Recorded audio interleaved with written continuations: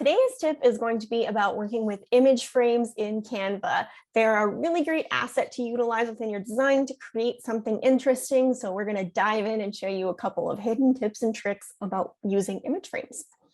I'm going to pull up the Canva Builder now and we'll get started. Alrighty. So typically when you open the Canva Builder, you'll start on this templates tab. What you're going to want to do is navigate down to elements here. So these are actually kind of hidden within Canva because they put it at the bottom of their elements menu. So you scroll down and you'll see frames. So there is frames and grids. Basically, anytime you see this kind of cartoony landscape background with the green hills and the blue sky and the white cloud, that means that that is an image frame. And that is Canva's placeholder graphic to indicate place an image here.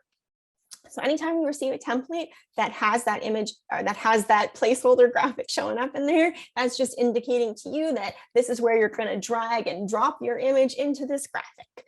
So as you can see, as I mentioned, there are frames and grids. They work pretty much the same way in functionality. It's more just in terms of the grids allow you to make some really cool collages and the frames have a bunch of really fun shapes. So I'll just do a quick scroll. This list will keep going on and on and on. There's letters in here. There's some like blob shapes. There's a lot of just real variety in here. There's Polaroids.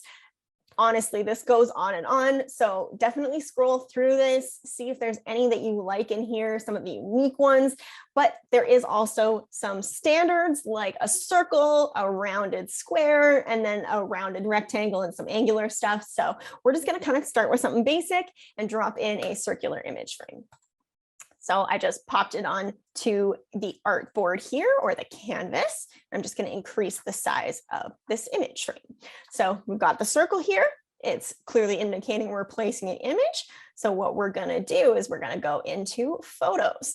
So you can either upload your own photos or you can work with Canva's stock library here. So we're going to start with the stock library. So what you're going to do is drag your image and wait for it to snap right into that frame.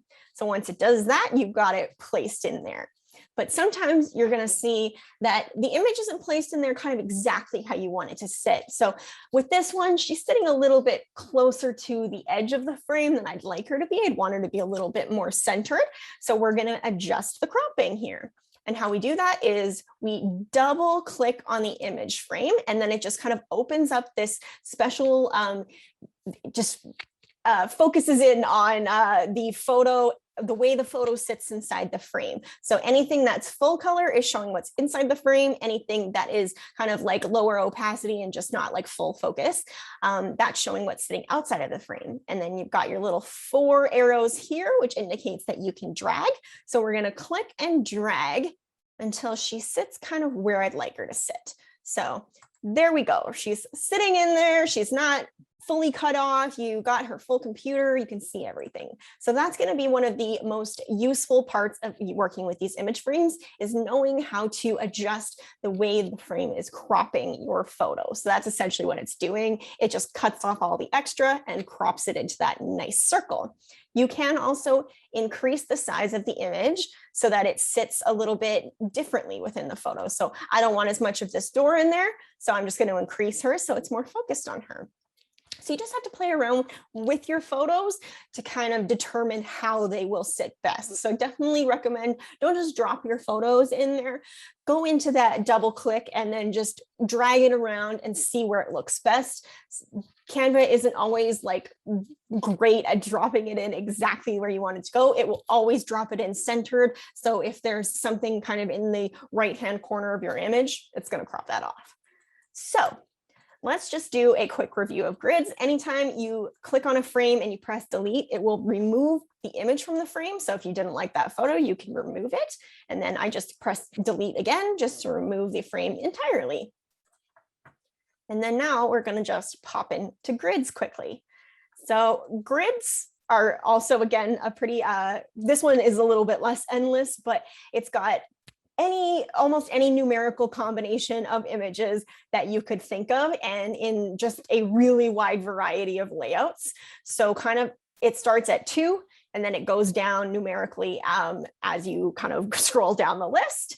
And these work pretty much exactly the same as the other image frames. So you just click one into the frame and then you drag images in. Oops.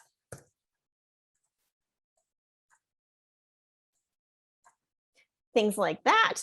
And then you can also click and drag to adjust the way they crop in here. You can make them bigger. So it's like really just focused on the wine there, something like that. So you can do that with any of the image frames. So it's pretty much anything, any kind of combination of images you want to display, you can do that. And then you can also adjust the way, how tall, how wide these are. So if you wanted kind of a collage of images just sitting on this portion of your graphic, you can do that. The last thing that you can update with these grid frames is the spacing. So obviously there's some white space in between each image, so you can decrease it so there's none or increase it so there's a ton. There's a lot of different kind of variety of ways you can play around with these frames to make them unique for your graphic. Yeah, so that is working with image frames in Canva. I hope that helps you. Thanks for watching.